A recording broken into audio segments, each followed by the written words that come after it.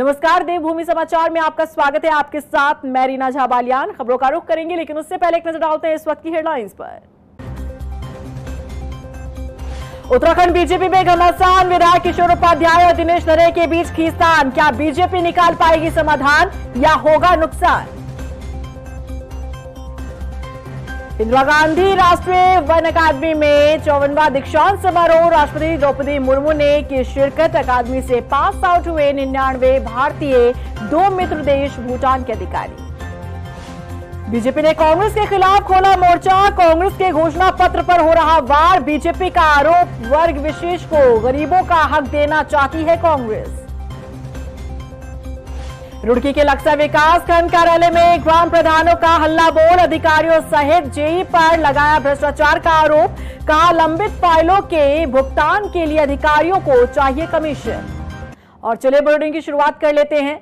उत्तराखंड में लोकसभा चुनाव संपन्न होते ही बीजेपी में घमासान मच गया है। टिहरी से बीजेपी विधायक किशोर उपाध्याय और पूर्व मंत्री दिनेश धने आमने सामने आ गए हैं। दिनेश धने ने किशोर उपाध्याय पर टीएसडीसी में अपनों को ठेका दिलाने का आरोप लगाया है। ऐसे में बीजेपी के लिए ये मामला असहज कर देने वाला है। देखिए रिपोर्ट।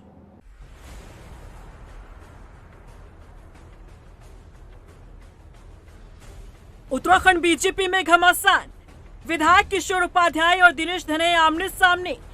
कांग्रेस ने कसा तंज, दूसरे दलों से आए नेताओं का बीजेपी में दिखने लगा साइड इफेक्ट। लोकसभा चुनाव के पहले से ही बीजेपी में दूसरे दलों से आए नेताओं का बाहें फैलाकर पार्टी ने स्वागत किया, लेकिन लगता है कि अब बीजेपी को इसका साइड इफेक्ट दिखने लगा है, क्योंकि प्रदेश में मतदान संपन्न होते ही टिहरी में बीजेपी के 2 नेताओं के बीच घमासान जारी है। टिहरी से बीजेपी के विधायक किशोर उपाध्याय और पूर्व मंत्री दिनेश धरे के बीच सब कुछ ठीक ठाक नहीं चल रहा है।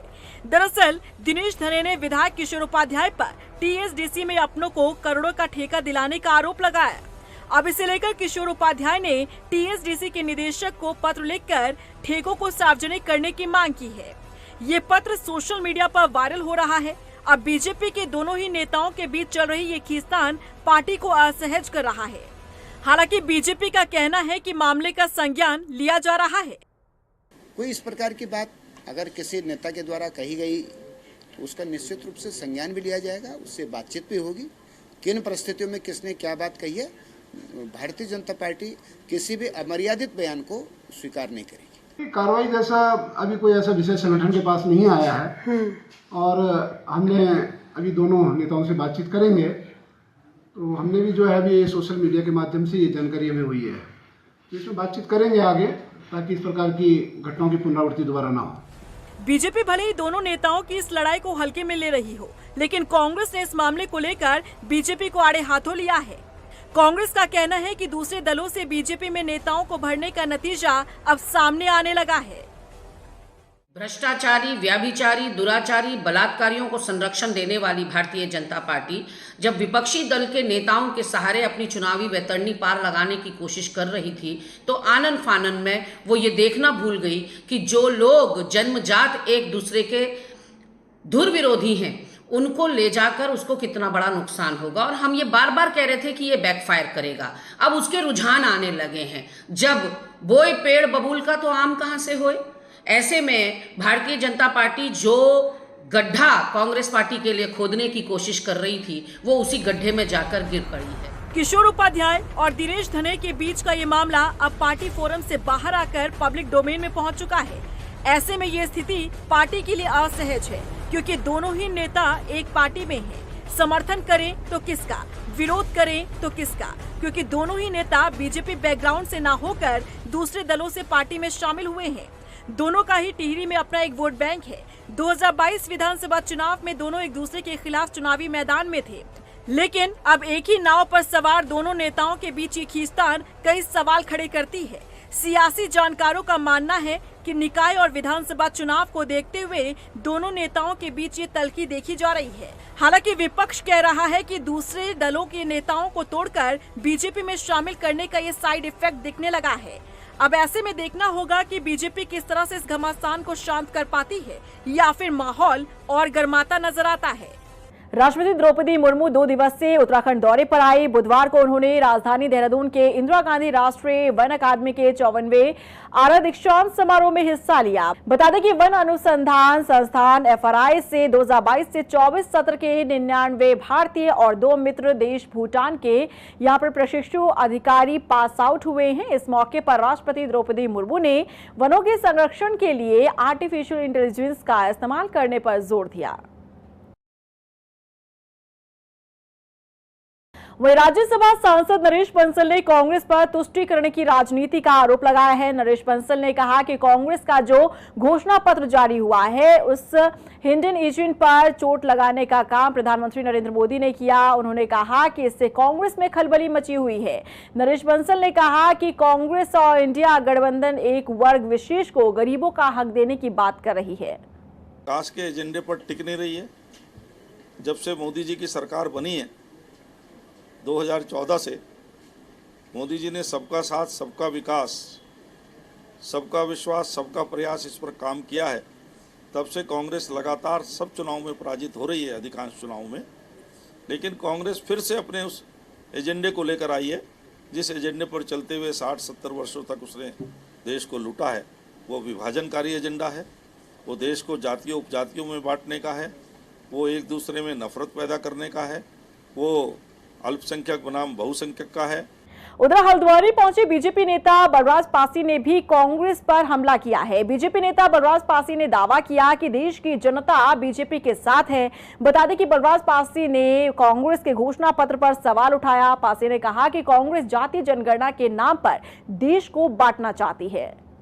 और आज फिर से जो कांग्रेस ने जो अपने घोषणा पत्र में ये दिखाया है कि आने वाले समय में इस देश के अंदर संपत्तियों के सर्वे कराए जाएंगे, किसके पास कितना सोना है, किसके पास कितनी संपत्ति है, किसके पास 2 मकान है, आखिर कहाँ इस पैसे को जो है इनकी लोगों की संपत्ति को छीन कर किसके साथ जो बांटना चाहते हैं। आज वो कह रहे हैं कि हम 50% से आरक्षण को आगे लेकर जाएंगे। अरे भाई, आगे लेकर जाओगे तो आगे तुम किन के लिए ले जाना चाहते हो?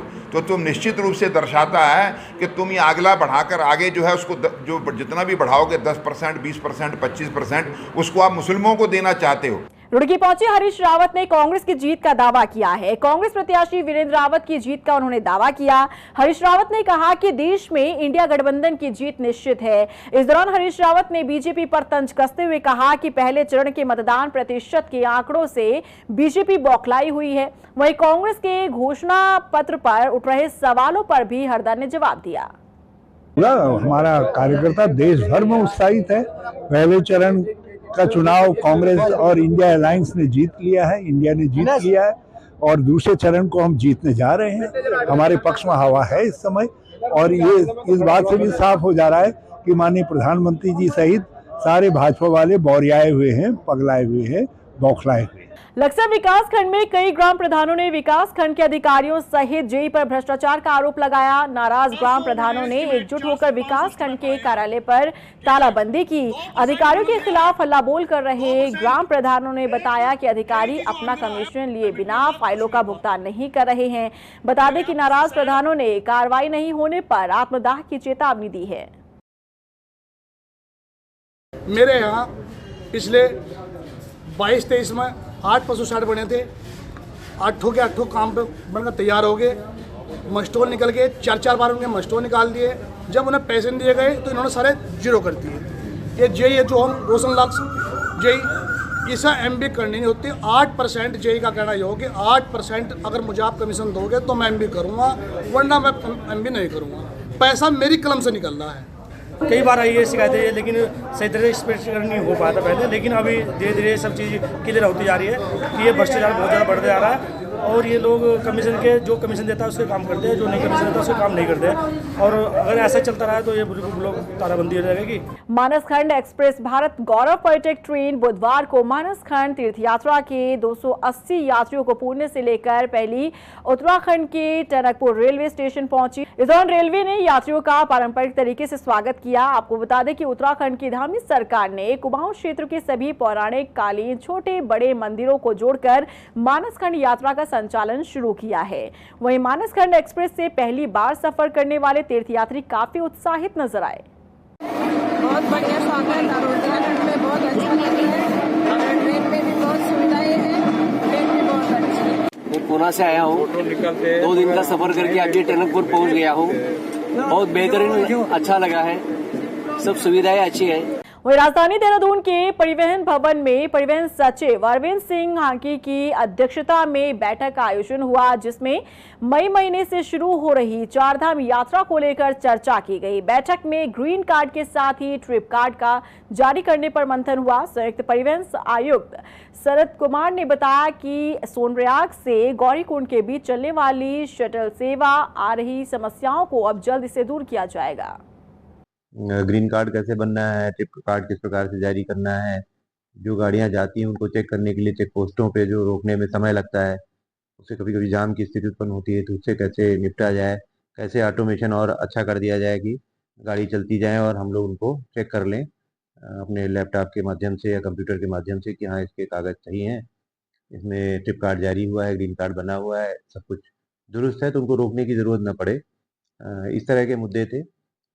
एक आध मुद्दे ये भी थे कि सोनप्रयाग से गौरीकुंड के बीच में एक शटल सेवा चलती है, उसमें कुछ समस्याएं पिछले वर्षों में रही हैं, तो उनकी समस्याओं के निदान के बारे में भी।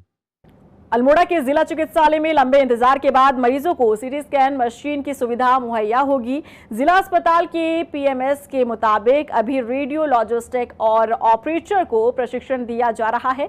उन्होंने बताया कि मई महीने से सीटी स्कैन मशीन को शुरू कर दिया जाएगा। इसका लाभ दूर दराज से आए मरीज आसानी से उठा सकेंगे। ये हमारी अगले महीने हम 1 तारीख से इसको शुरू कर देंगे। अभी हमारे जो टेक्नीशियंस हैं और डॉक्टर्स हैं उनकी ट्रेनिंग चल रही है, और जहाँ तक सुविधा वाली बात है तो पूरे अल्मोड़ा ज़िले को इसका लाभ मिल पाएगा। देखिए, इसमें टाइमिंग तो अस्पताल की हमारी वही रहेंगी जो चलती हैं 8 से 2 या 9 से 3 वाला जो हमारा शेड्यूल चलता है, उस पीरियड में तो होंगी। उसके अलावा भी 24/7 सपोज कोई इमरजेंसी आती है, कोई एक्सीडेंटल हेड इंजरी, इस तरह के कोई केसेस आते हैं, उनके लिए ऑन कॉल डॉक्टर और टेक्नीशियन आके उसका सीटी स्कैन करेंगे। उत्तराखंड में एक तरफ बढ़ता तापमान लोगों को परेशान कर रहा है, तो वहीं प्रदेश में जंगल की आग ने तांडव मचाया है। लगातार जंगलों के धधकने के मामले सामने आ रहे हैं। प्रदेश में वन अग्नि की 400 से ज्यादा घटनाएं अभी तक सामने आ चुकी हैं। वन विभाग जंगल में लग रही आग पर काबू पाने की कोशिश कर रहा है, तो वहीं सीएम धामी भी इन घटनाओं पर गंभीर नजर आ रहे हैं। देखिए रिपोर्ट।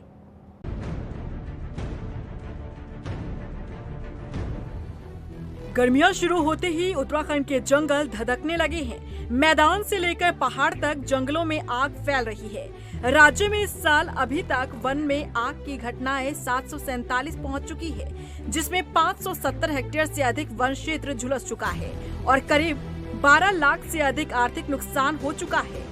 वहीं पिछले साल की बात करें तो इस समय तक जंगलों में आग की 278 घटनाएं सामने आई थी, जिनमें 357 हेक्टेयर जंगल आग की चपेट में आया था। आंकड़ों से साफ है कि इस बार आग की घटनाएं अधिक हो रही है। आने वाले दिनों में जब तापमान और बढ़ेगा तो इसमें और तेजी आ सकती है। ऐसे में वन विभाग के साथ साथ सूबे की सरकार के लिए भी ये स्थिति चिंताजनक है। हाँ, अभी तक जो है कुल जब से फायर सीजन हमारा गतिमान है तो कल तक का जो आंकड़ा है उसमें 477 मामले जो हैं कुल वनाग्नि घटनाओं के हुए हैं, जिसमें कि 570 हेक्टेयर जो है वन क्षेत्र जो है प्रभावित हुआ है।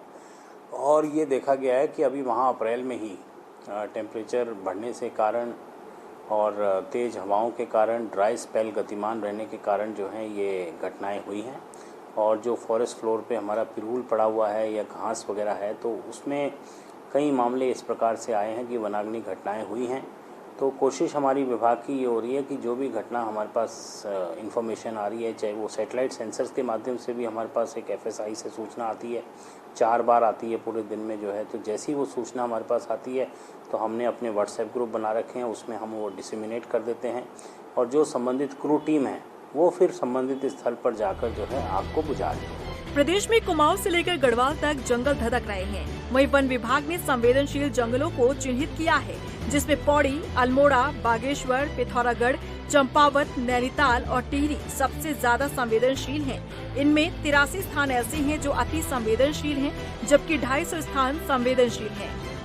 वहीं जंगलों में लग रही आग की गंभीरता को लेकर मुख्यमंत्री पुष्कर सिंह धामी ने मुख्य सचिव को निर्देशित किया था और मुख्य सचिव राधा रतूड़ी ने वन अग्नि प्रबंधन को लेकर बैठक भी की थी। इसमें सभी प्रभागीय वनाधिकारियों को कल मुख्य सचिव महोदया द्वारा मीटिंग भी ली गई थी।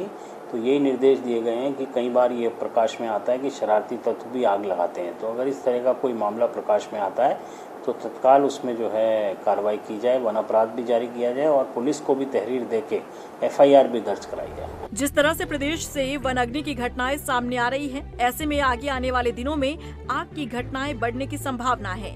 ऐसे में देखना होगा कि वन विभाग कितनी मुस्तैदी के साथ बढ़ रही आग की घटनाओं पर काबू पाता है।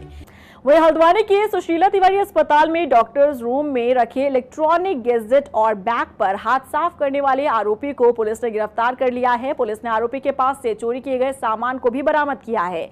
वहीं पुलिस ने हल्द्वानी निवासी वेदांत मौर्य को गोली मारने के आरोप में फरार चल रहे आरोपी किशन ठाकुर उर्फ बबलू और उसके एक अन्य साथी सुरेंद्र सिंह को गिरफ्तार किया। 307 का मामला था। आनंदपुर थाना कोतवाली हल्द्वानी टीबी नगर क्षेत्र में पड़ता है। 21 अप्रैल को एक फायर की झोंकने की खबर थी। इस पर पुलिस गई थी मौके पर घटनास्थल पे। तो ये जानकारी में आया कि सुशील मौर्य के भतीजे वेदांत मौर्य को गोली लगी है। उसे हॉस्पिटल भिजवाया गया और बाद में हायर सेंटर बरेली में रेफर हुआ। तत्काल इस पर FIR दर्ज हुई और हमारी टीमें इस पर बनी, जिसको लीड सी हल्द्वानी नितिन लोहानी जी ने किया। और काफ़ी प्रयास के बाद आज सुबह 2 व्यक्तियों को पुलिस द्वारा गिरफ्तार किया गया, जिनके एक का नाम किशन ठाकुर, दूसरे का नाम सुरेंद्र सिंह शाही है। उधर गदरपुर के खेमपुर गांव में किसानों और अधिकारियों के बीच झड़प देखने को मिली। आपको बता दें कि यहां प्रशासन की टीम डिग्री कॉलेज बनाने के लिए जमीन अधिग्रहण करने पहुंची, लेकिन किसानों ने जमकर विरोध प्रदर्शन किया। अधिग्रहण जमीन को अपना बताने वाले किसान अशोक भावरी ने कहा कि वो किसी कीमत पर अपनी जमीन को नहीं छोड़ेंगे। यहाँ पे आज हमारे खेत है 50 साल पुराना, पापा जी के ज़माने और दादाजी ने ले रखा है। तो कुछ अपने चकबंदी वालों ने गड़बड़ करके इसमें वर्ग 4 की थी, वो 5 में कर दिया। तो इसमें हमने कोर्ट में केस कर रखा है, सिविल कोर्ट में केस चल रहा है। तो इसका पालन सब अधिकारियों को करना चाहिए और उसके साथ ही पालन करने का जो भी कोर्ट का निर्णय आएगा तो उस आदेश से हम किसान भाई सब सहमत हैं। और इन भाइयों को अपने जो भी गवर्नमेंट के अफसर आए हुए हैं, इन भाइयों को भी कोर्ट का आदेश का पालन करना चाहिए। और इसी के साथ फिलहाल इस बुलेटिन में बस इतना ही, लेकिन चलते चलते एक नजर डालते हैं इस वक्त की हेडलाइंस पर। उत्तराखंड बीजेपी में घमासान, विधायक किशोर उपाध्याय और दिनेश धरे के बीच खींचतान। क्या बीजेपी निकाल पाएगी समाधान या होगा नुकसान? इंदिरा गांधी राष्ट्रीय वन अकादमी में 54वां दीक्षांत समारोह। राष्ट्रपति द्रौपदी मुर्मू ने की शिरकत। अकादमी से पास आउट हुए 99 भारतीय, 2 मित्र देश भूटान के अधिकारी। बीजेपी ने कांग्रेस के खिलाफ खोला मोर्चा। कांग्रेस के घोषणा पत्र पर हो रहा वार। बीजेपी का आरोप, वर्ग विशेष को गरीबों का हक देना चाहती है कांग्रेस। रुड़की के लक्सा विकास खंड कार्यालय में ग्राम प्रधानों का हल्ला बोल। अधिकारियों सहित जेई पर लगाया भ्रष्टाचार का आरोप। कहा लंबित फाइलों के भुगतान के लिए अधिकारियों को चाहिए कमीशन।